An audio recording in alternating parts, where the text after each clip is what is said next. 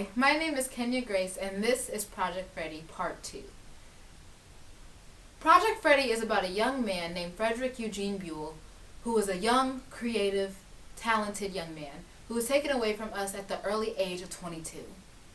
I appreciate you all for waiting so patiently, and I hope you guys enjoy. This is Project Freddy Part 2.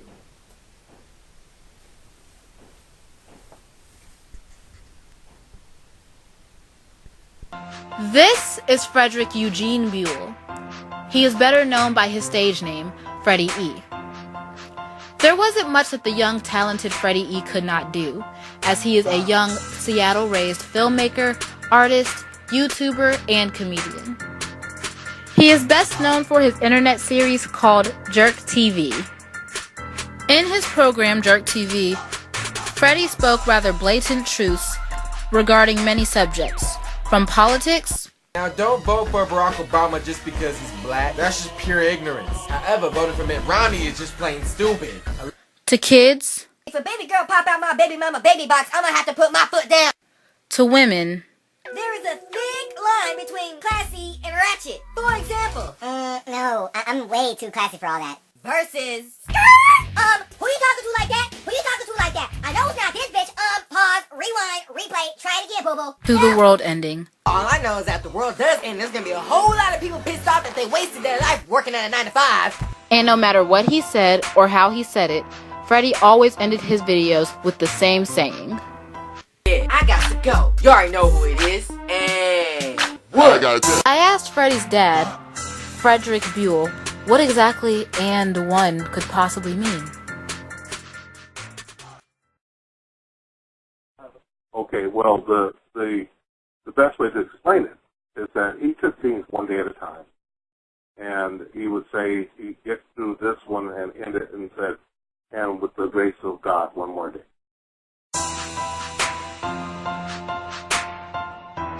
Freddy used his skills as a filmmaker to record his own commercials to promote various events, like he did for his own birthday party that he had on January 4th, 2013, called Capricorn Bash, even though his birthday is on New Year's Day. I got an idea. What's up? Let's do it again. Round 2? This Friday. This Friday? Fusion. We got Fusion. We gonna turn up, man. It's going down. Well, damn, that's so crazy. Oh, I got the what?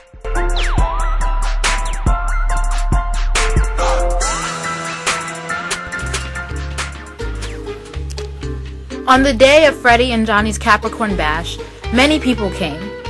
Some people even flew in from different states. And throughout the night, Freddy, along with his friend Johnny, enjoyed the night. And what made it even more special to Freddy? A text message from the girl that we met in Part 1, Sochita Sal, better known as Honey Cocaine. Happy birthday, baby. Love you. Be safe. Freddy responds, thanks, babe. Love you too. Call me later. In case you may have forgotten, Honey Cocaine is a rapper. She is signed to rapper Tyga's record label, Last Kings.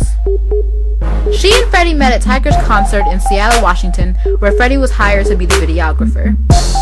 Here is some footage of Honey Cocaine that Freddy shot. After spotting Freddy, she complimented him on a t-shirt he was wearing that night, and he and the rapper became good friends.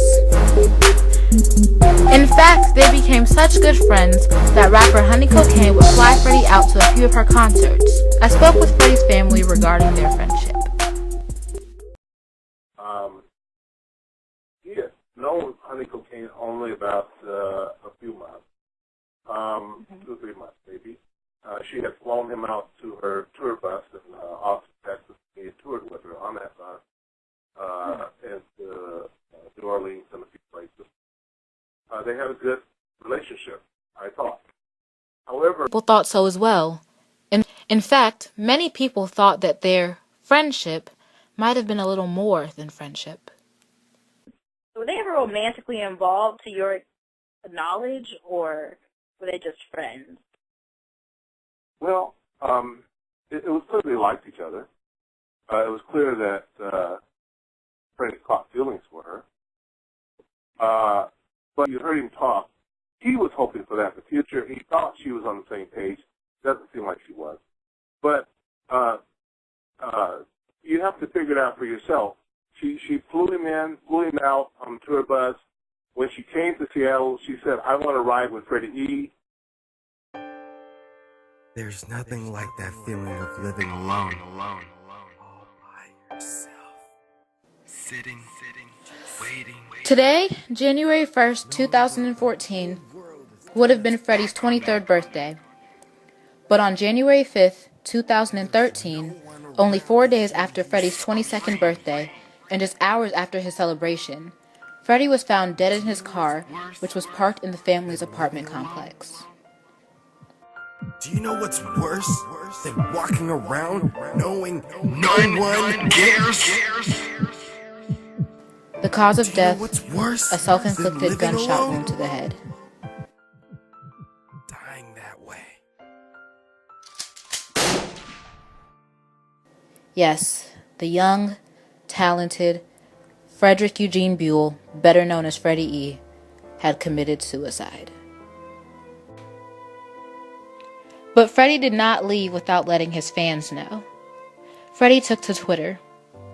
His fans, and even some of Freddy's closest friends, watched in horror as Freddy tweeted a poetic but dark message letting the public know that he would not be here for much longer. Smoked my first pack of cigarettes today. It's been a long time since I've gone through heartbreak. It's a cold, unforgiving world, if I do say. It's all bad, y'all.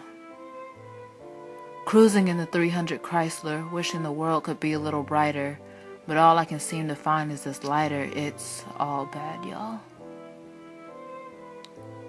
If there's a God, then he's calling me back home. This barrel never felt so good next to my dome. It's cold and I'd rather die than live alone. It's all bad, y'all. I love you, Mom. I love you, Dad. I love you, Catherine.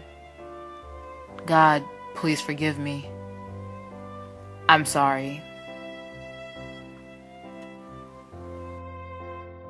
I would say when I read the tweet, I love you, Mom, love you, Dad, I love you, Catherine. I would say that I'm glad that he knew that we loved him. I'm glad to know that he still loved us. And yeah, I mean it's difficult to read, definitely. But I'm just, when I read it, I'm just happy that he at least knew that we loved him, and that I know that he loved us. When I read those tweets, because in a way it sounds a little forlorn, but it's also comforting to know that he loved us, that he wasn't striking out at us, and we love him very, very much. Yeah, and I would say, and now the thing I will tell you was that, wow, yeah, it caught me by surprise to read all of it. It was almost like it wasn't totally his personality and wasn't totally what he wanted to do. It's a little confusing. I almost wondered if he was held hostage or something, and I wondered for a while whether someone forced him to do that.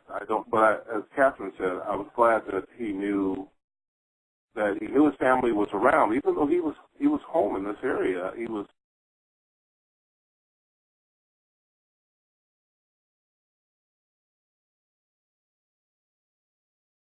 Could have happened in the few hours after his party.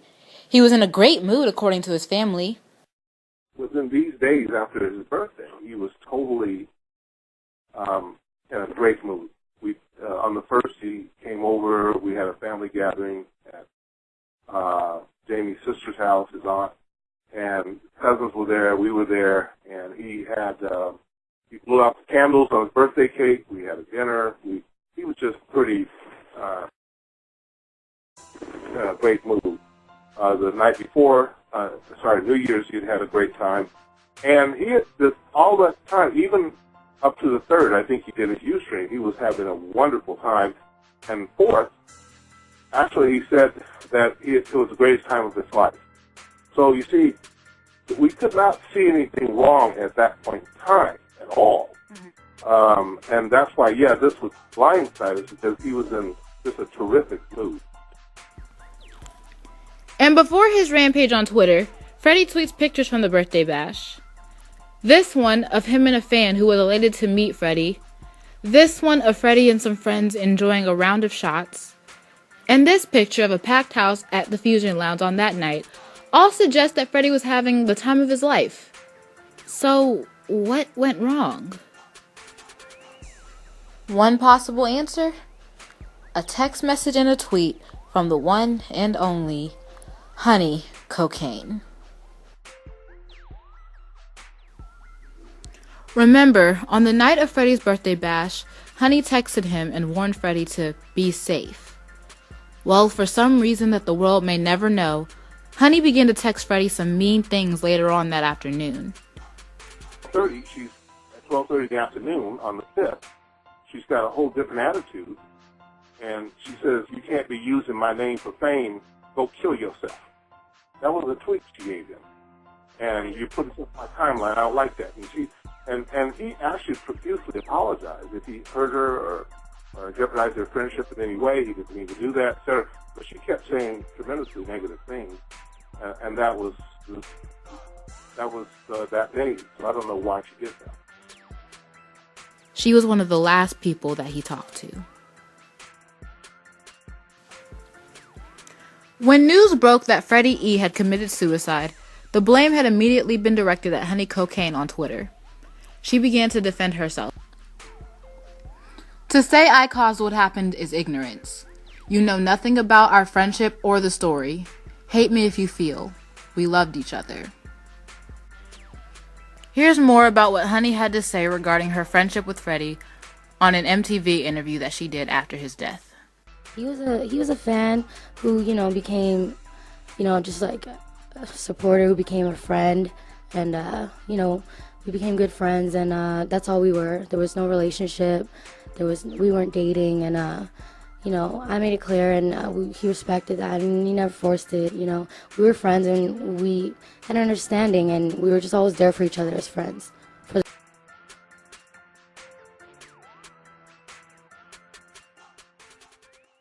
We may never know for sure why Freddy made such a drastic decision, but suicide among African Americans is becoming a huge issue, and we need to educate ourselves. And that's why I'm here. I interviewed 3 people, all African American males, about what they know about suicide and what they think about it. Let's take a look.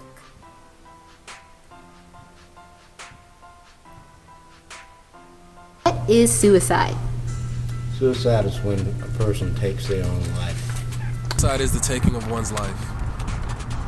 Like murder? A form of murder just inflicted on oneself. What is suicide? The action of one killing himself intentionally. Okay. Why do people commit suicide? Emotional problems, family problems, financial problems, marital problems. Just stress from daily activities. Anybody is vulnerable to it. It's just people that feel like they don't have a way out. They feel like the only way out is to take their own life. Anybody that's depressed or they feel trapped or anything, high expectations, mental disorders, they feel like nobody can listen to them, they have nobody to turn to. People commit suicide for many different reasons, such as drug abuse, mental disorders, alcoholism, and stuff like that.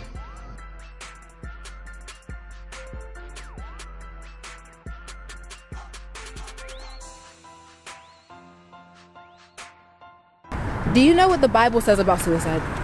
It's a sin. Okay, is it an unforgivable sin? I I believe so, because a sin, you can only ask for forgiveness after you commit the sin, but if you take your life, you don't really have a chance to ask for forgiveness afterwards. The Bible says about suicide. No. Okay. Forgivable? How come? Well, let me see. People, people have problems or whatever, but that doesn't mean you should commit suicide. You shouldn't take your life. We don't have the right. We don't have the right to take our own lives. It's just not. It's not an option.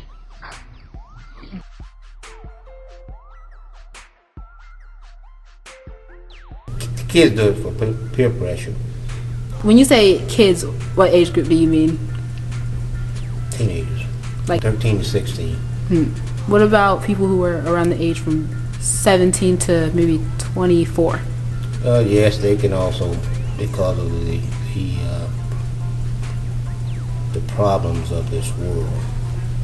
Do you think that young people have a harder time coping with problems than older people? Yes. How come?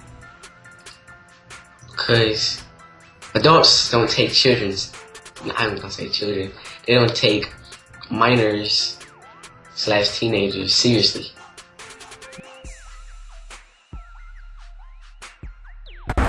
Do African Americans commit suicide? Yes. Do they commit suicide as much as white people?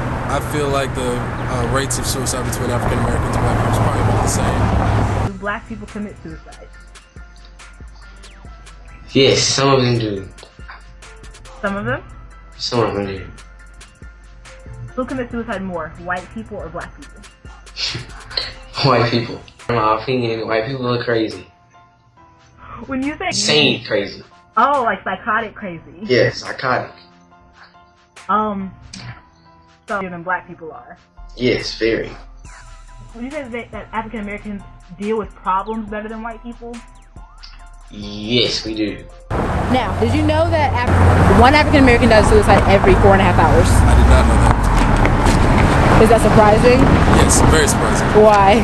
Because at the rate that African Americans are growing through cities and how we're populating predominantly white cities, I feel like that is a higher rate than I would expect for a culture that is so strongly rooted in being together and being able to lean on each other.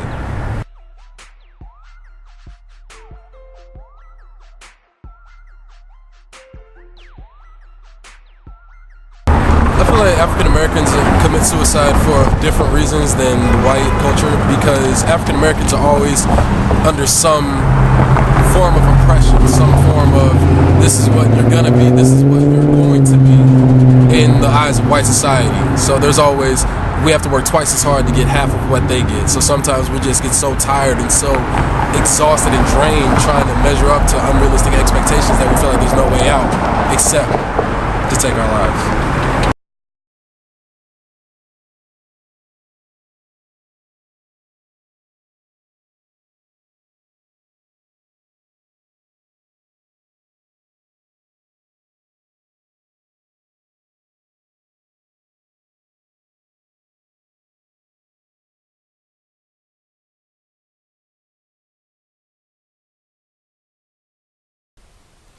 If you or a loved one ever has thoughts of suicide, please don't hesitate to talk to someone.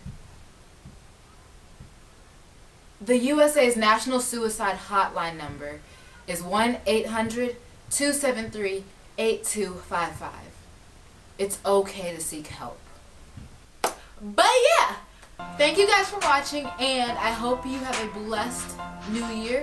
Happy birthday to Freddy E, and here's to the new year. This has been Project Freddy, and thank you so much for watching. And 1